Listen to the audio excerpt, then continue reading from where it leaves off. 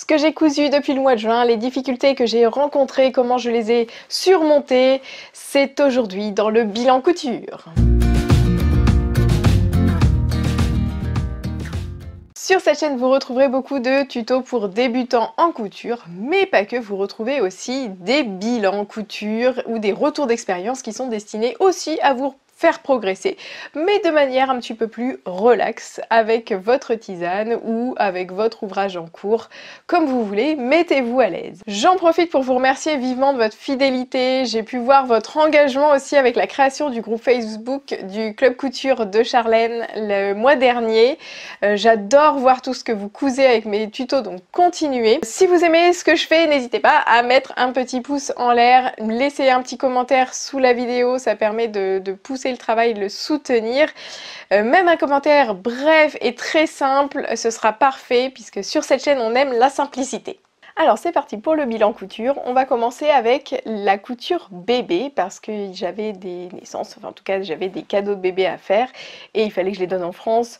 Donc comme on était en France en juillet août, j'ai dû les coudre début juillet. J'aurais pu les coudre un petit peu plus tôt mais j'ai pas trop eu le temps parce que j'avais sorti tout mon programme sur coudre le jersey, donc j'étais à fond sur le jersey. Et ensuite j'ai eu l'esprit libre pour coudre ces petits vêtements. Alors j'ai pas fait tout ce que j'avais prévu de faire, j'avais d'autres cadeaux que je voulais faire.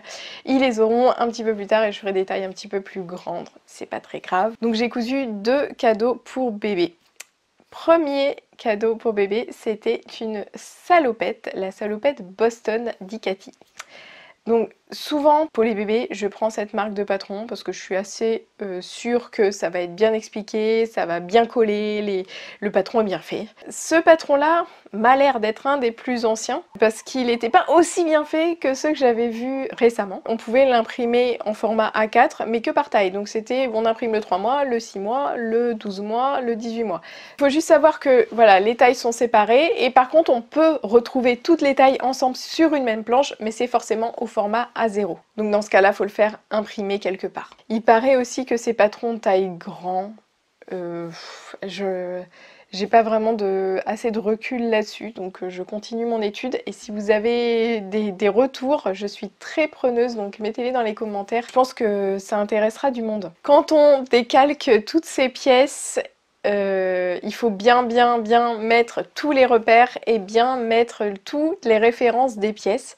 Et quand on va découper nos pièces dans notre tissu, bien reporter les références de pièces. Là, il y en avait peut-être jusqu'à 11 ou 12 pièces différentes, donc à chaque fois que j'en découpais une, je mettais bien dans la marge de couture, ça c'est la pièce 4, je la mettais sur, comme souvent on découpe en double, hein, il y a la pièce 4 d'un côté et 4 de l'autre, hop, je mettais 4 partout, comme ça on est sûr que après quand on utilise leur notice de montage, quand ils disent de mettre la pièce 3 avec la pièce 4, hop, on va les chercher, c'est beaucoup plus simple. Quand on n'a pas mis les numéros, il faut se repérer uniquement la forme des pièces, sachant qu'il y en a qui sont assez proches en forme.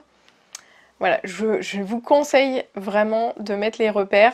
C'est long de décalquer, c'est long de découper, de mettre les repères et tout ça, mais après on va gagner en temps. Et de toute manière, faire une salopette, bah, c'est long et on prend le temps et il faut accepter le process. Le tissu, voilà, c'est ce qui me reste. En gros, alors je ne sais pas exactement quelle matière, mais voilà. C'est quelque chose comme ça, c'est stretch. À l'intérieur, j'ai mis une petite doublure avec des petites fleurs. J'ai doublé uniquement la bavette devant et dos, donc les jambes ne sont pas doublées. Et c'est ce qui est indiqué dans le patron. Donc l'assemblage est long, mais pas très compliqué. Et ce qui m'a le plus embêté, on va dire, c'est de faire les boutonnières à la fin. Donc il y a des gens qui vont me dire, peut-être un commentaire, mais peut-être pas du coup vu que je vous le dis, que les boutons c'est pas adapté pour les bébés, qui peuvent les enlever, qui peuvent mâchouiller, etc. Alors effectivement, il faut faire attention, mais moi j'ai beaucoup plus confiance dans la couture de mes boutons que dans la pose de mes boutons pression, parce que mes boutons pression j'ai toujours peur qu'ils s'en aillent. J'avais une pince qui pinçait pas forcément super bien et des pressions de mauvaise qualité et j'ai eu des mauvaises expériences avec des pressions qui s'en allaient, donc ça me fait encore plus peur de mettre ça sur des vêtements bébés. Donc j'ai pas encore passé ce blocage psychologique parce que maintenant j'ai une nouvelle pince, une pince prime avec des pressions adaptées à cette pince, de la même marque, etc. Donc je pense que ça pourrait convenir. Mais j'ai toujours peur parce que quand on a une patte de boutonnage comme ça, notamment sur les entrejambes des bébés, c'est vachement épais à certains endroits. Donc pour poser cette pression et qu'elle tienne bien, j'ai quand même toujours un doute avec cette épaisseur. Donc avec les boutonnières, je me sens plus sereine. La difficulté, c'est de coudre justement ces boutonnières, puisque quand on arrive au bord et qu'on a des épaisseurs au niveau des ourlets, eh ben, on n'arrive pas à coudre la boutonnière, ça ne passe pas sous le pied de biche, etc. Donc ce que j'ai fait, c'est que je les ai cousus relativement loin de l'ourlet, pour ne pas être gênée par l'ourlet, et au niveau de l'ourlet, pour que la jambe quand même puisse se fermer jusqu'au bout, parce qu'une jambe qui est à moitié ouverte, c'est pas très joli. Donc pour que la jambe puisse se fermer vraiment au niveau de l'ourlet, j'ai rajouté un bouton pression que l'on coud à la main. Donc là pareil, ma couture à la main, je l'ai solidifiée vraiment pour être sûre que ça tienne à fond. J'espère que ça tient. Ma cousine me le dira. Et j'ai mis donc une pression juste de chaque côté, sur chaque jambe, au niveau de l'ourlet, pour être sûr que la jambe, elle soit fermée jusqu'en bas. Les boutons, il y en a beaucoup dans une salopette. Il y en a en haut, il y en a sur les côtés, il y en a sur tout l'entrejambe. Je les ai cousus à la machine pour que ça aille un petit peu plus vite. Mais en fait, est-ce que c'est vraiment aller plus vite? Je ne sais pas, parce qu'une fois que j'ai fini toutes mes coutures de boutons machine, à chaque fois, je rentre les fils à l'intérieur à la main, je refais des nœuds à la main et je fais disparaître les fils, je les perds à l'intérieur. Voilà, tout ça à la main, finalement, quand on multiplie par le nombre de boutons, ça fait quand même du temps. Mais c'est pareil, il faut accepter et suivre le process et ça fait toujours plaisir. De toute manière, quand on fait ce genre de choses pour les autres, c'est toujours du temps sympa à passer. J'ai offert ce cadeau et j'ai oublié de faire le petit film qui va bien pour vous le montrer. Donc je vous montre les photos que ma cousine a eu la gentillesse de prendre pour me montrer un petit peu ce que ça donnait. C'était des photos qui datent d'à peu près il y a un mois, donc c'était un peu grand pour lui quand même. Et j'espère que maintenant c'est un peu plus adapté, mais je suis ravie de toute manière que ça plaise à la maman, c'est déjà l'essentiel.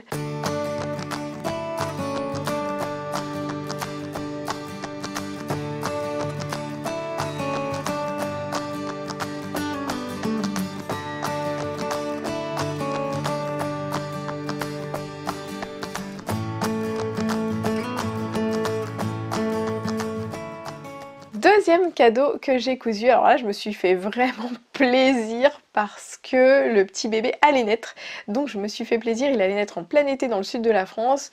Je me suis dit je peux y aller sur les petites barboteuses sans manches, donc c'est parti, j'ai fait une barboteuse Sydney.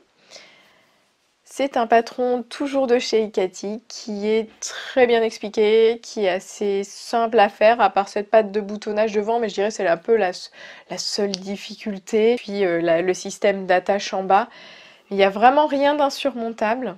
Et c'est assez rapide à faire, je l'ai cousu quand j'étais chez Inès de Panaché. Et j'ai dû mettre la journée, sachant qu'on papote, etc., à coudre ce modèle. Au niveau du patron, là pour le coup, j'ai rien à dire parce que j'ai pu imprimer le patron. Ah bah je l'avais fait en A0, donc je me souviens plus si j'avais toutes les tailles séparées, mais en tout cas sur la planche A0, j'ai toutes les tailles. Et ça j'aime bien parce que du coup, s'il y a un autre enfant pour lequel j'ai envie de faire ce cadeau et je pense que j'aurais envie de le refaire, bah, je vais pouvoir prendre une autre taille qui correspondra à sa taille à la saison d'été. Pour ce tissu, j'ai utilisé une double gaze. Il faut vraiment pas beaucoup de tissu pour faire des vêtements d'enfants, comme ça 50 cm ça suffit largement. Donc j'ai utilisé de la double gaze vert d'eau que j'avais trouvée ici à Maurice, incroyable mais vrai. Et la double gaze c'est super pour les enfants, c'est super doux, etc.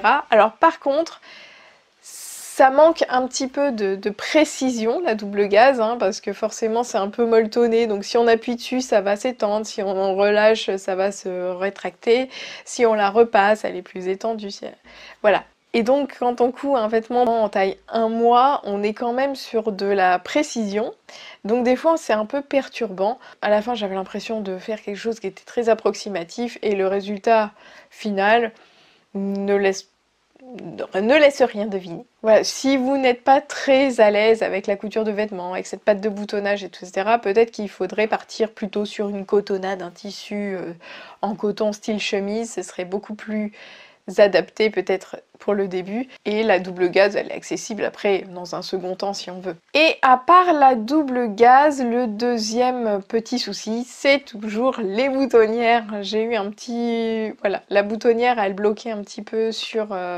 cette patte là qui fait un petit peu des épaisseurs au bout, et là je crois que j'ai résolu le problème simplement en poussant un petit peu, en aidant un tout petit peu le tissu à passer sous le pied de biche, du fait que la double gaze finalement s'écrase quand même assez bien. Comme pour la salopette, j'ai mis des boutons cousus et non pas des boutons pression. Et voici le résultat.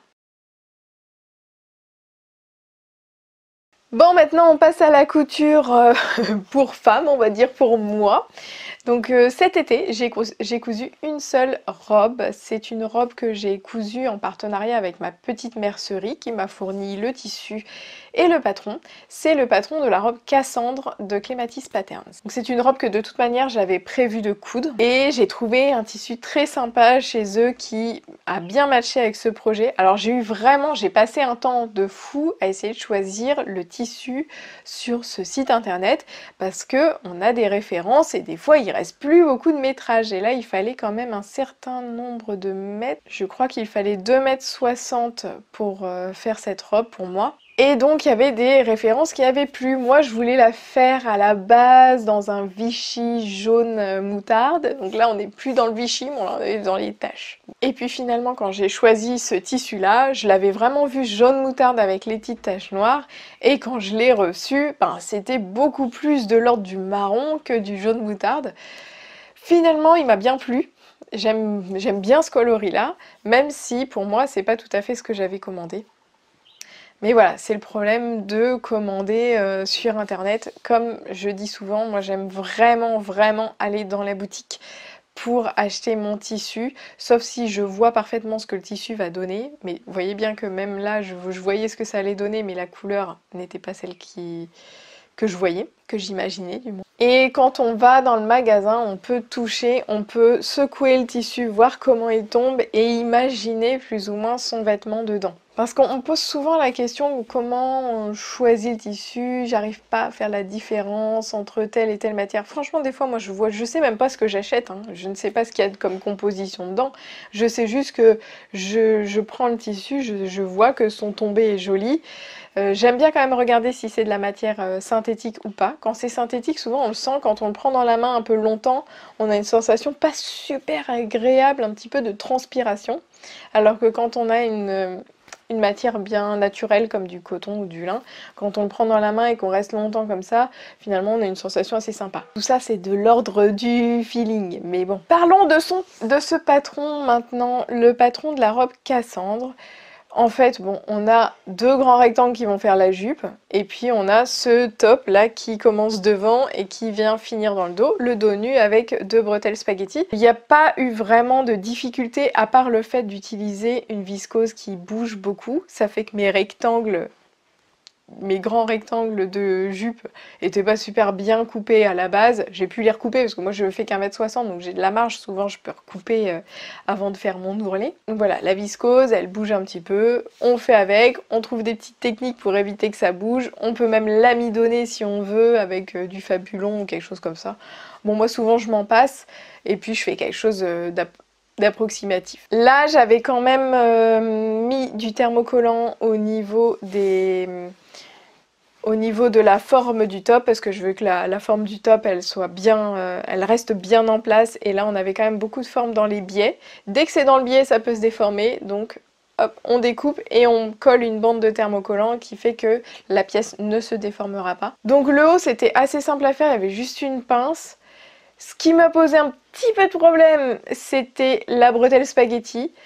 Donc moi je connaissais la petite technique où on coud au bout une ficelle et après on tire la ficelle pour retourner notre bretelle, parce que la bretelle est tellement petite que pour retourner ça il faut y aller. Chez Inès il n'y avait pas de retourne-biais, là, cet instrument que j'ai par ici mais que je ne sais plus où il est, mais je vais vous le montrer. Je n'avais pas de retourne-biais, donc elle m'a donné un petit cordon en satin. Donc le satin c'est bien, ça glisse bien, mais par contre mon cordon était trop épais.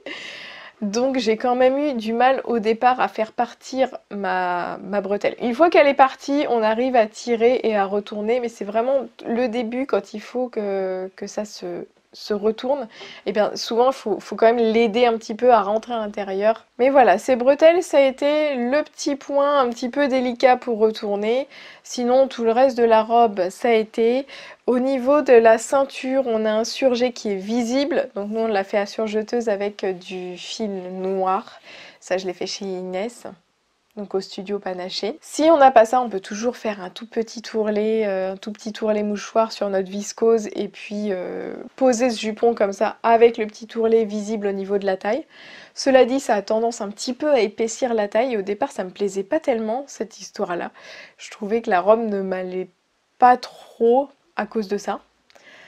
Et puis finalement je ne sais pas si je m'y suis faite ou si c'est l'ensemble qui donne quand même une allure sympa. Mais je trouve qu'à la fin, le résultat est pas mal du tout. J'ai vu qu'il y avait des gens qui avaient fait des versions où on ne voit pas ce bord du jupon, il est à l'intérieur. Pourquoi pas? Mais c'est aussi ce qui fait l'originalité du modèle. Donc je vous le montre porté.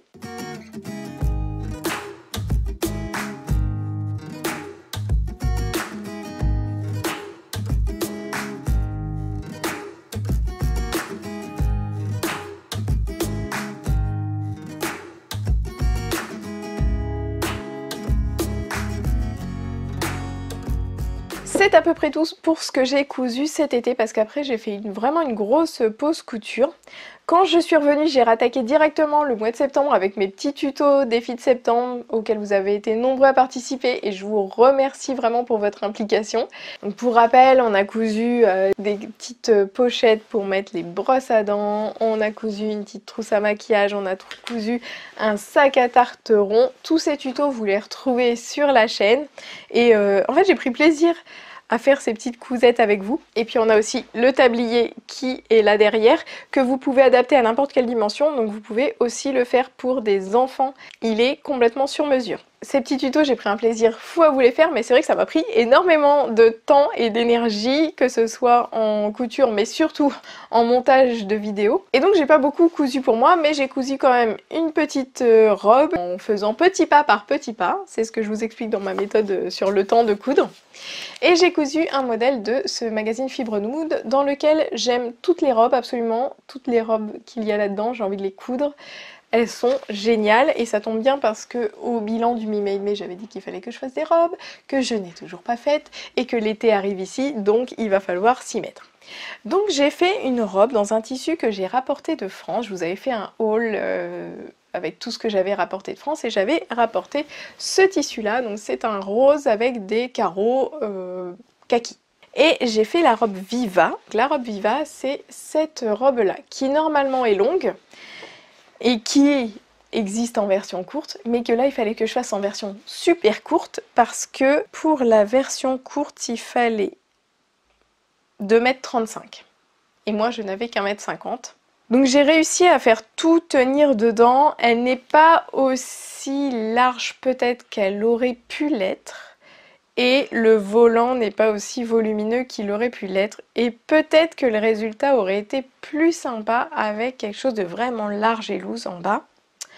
Parce que là mon tissu en fait il tombe pas vraiment parce que c'est une cotonnade que j'ai acheté au marché Saint-Pierre chez Dreyfus.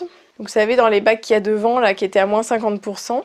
Donc à la base j'avais prévu de me faire juste une blouse à col carré si vous vous souvenez bien de mon haul de début septembre. Cet été dans ma valise pour aller en France, et il a fait bien chaud en France cet été, j'avais quasiment que des shorts avec des tops. J'ai trouvé que le short qui serre à la taille, c'est pas le plus confortable. Vraiment, ces robes amples, c'est vraiment le top quand il fait super chaud. Donc je me suis dit que ce serait mieux de faire une robe à la place de cette blouse. Mais voilà, il a fallu le faire rentrer. Évidemment, quand je dis je fais un Tetris, oui, mais alors surtout si vous faites ça, gardez bien le droit fil. Le droit fil, c'est vraiment le sens du tissu dans lequel, enfin c'est pas négociable, il faut mettre les pièces dans le sens du droit fil. Bon, en plus, il y a des carreaux, donc je peux pas mettre les carreaux dans n'importe quel sens. Petite parenthèse sur les patrons fibre moule, donc on trouve là-dedans. On a quelques planches comme ça et notre patron il est réparti sur différentes planches. Donc par exemple le patron Jill il est sur les planches A, B et C rouges. Donc d'un côté c'est rouge, d'un côté c'est noir. Alors moi j'aimais beaucoup parce que c'était des toutes petites planches qui tiennent sur ma table Ikea. Voilà. Donc c'est pas noir, c'est bleu marine. On a nos petites pièces qu'on peut décalquer assez facilement puisque notre patron tient sur notre table. Mais le problème, donc ça marchait bien sur des petits, des petites pièces comme le short que j'avais fait pour ma fille. Mais là pour des grandes pièces comme ça, en fait on a des pièces qui vont se raccorder. On a des raccords à faire. Là 6B égale 7B, donc en fait la place 6 et 7 c'est les mêmes. Mais donc vous avez la partie A et la partie B. Donc la partie B est sur cette planche là et la partie A était sur la planche B. Ça c'est la planche B où on retrouve la pièce où il faut raccorder. Donc en fait il faut faire correspondre ces gros points là ensemble avec les points de l'autre. Donc là ce que j'ai fait en fait j'ai plié carrément sur cette ligne là mon patron et je suis allée le raccorder en l'épinglant sur l'autre planche. Une fois qu'on l'a plié, après on vient le raccorder comme ça sur l'autre planche. Voilà, c'est ma petite astuce, enfin moi je fais comme ça. C'est un peu embrouillant parce qu'il y a des traits dans tous les sens, il faut bien repérer les traits qu'on prend nous. Donc moi c'est la pièce qui est noire ici qui se poursuit ici. Donc on épingle bien les deux, voilà ce que ça donne.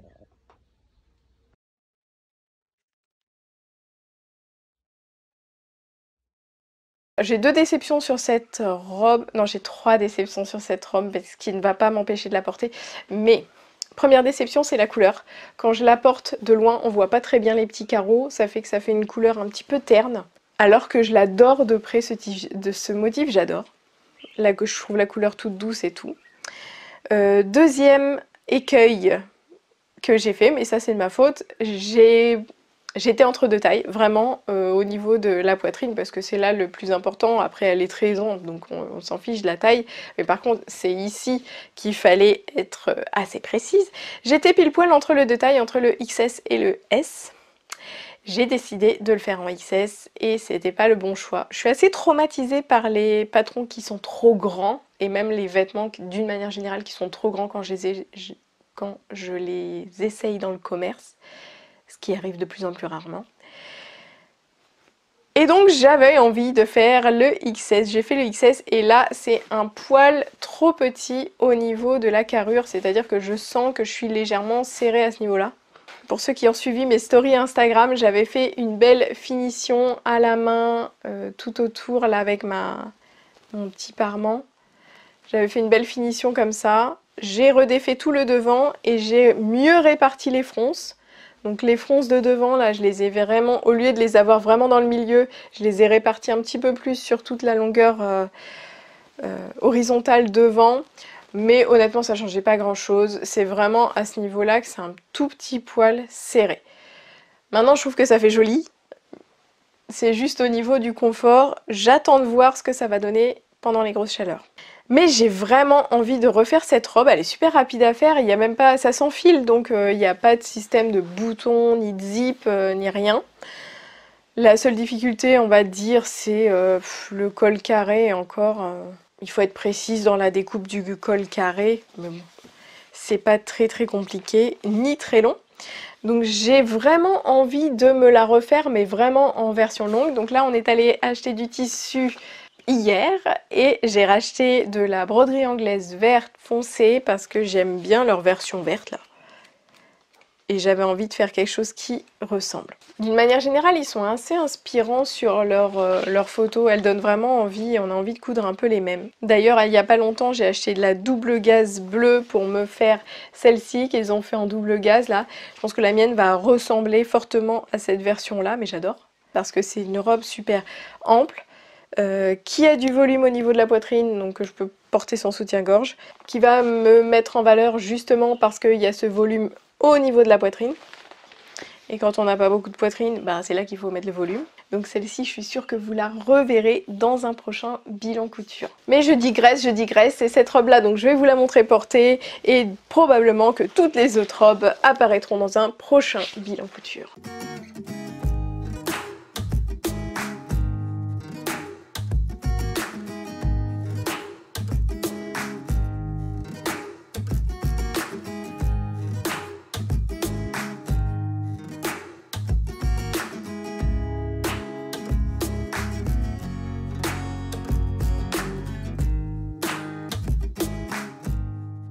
Prochainement sur cette chaîne également, vous retrouverez vraisemblablement de la couture d'Halloween parce qu'hier j'ai trouvé des tissus à 50 roupies du mètre, ça veut dire un tout petit peu plus que 1 euro du mètre, comme cette magnifique dentelle noire que j'ai trouvé dans un magasin qui fait des tissus de bonne qualité, donc je pense que ça va être bien sympa. Et alors là, une robe de sorcière là-dedans, c'est quand même carrément plus la classe que dans du satin noir comme ça.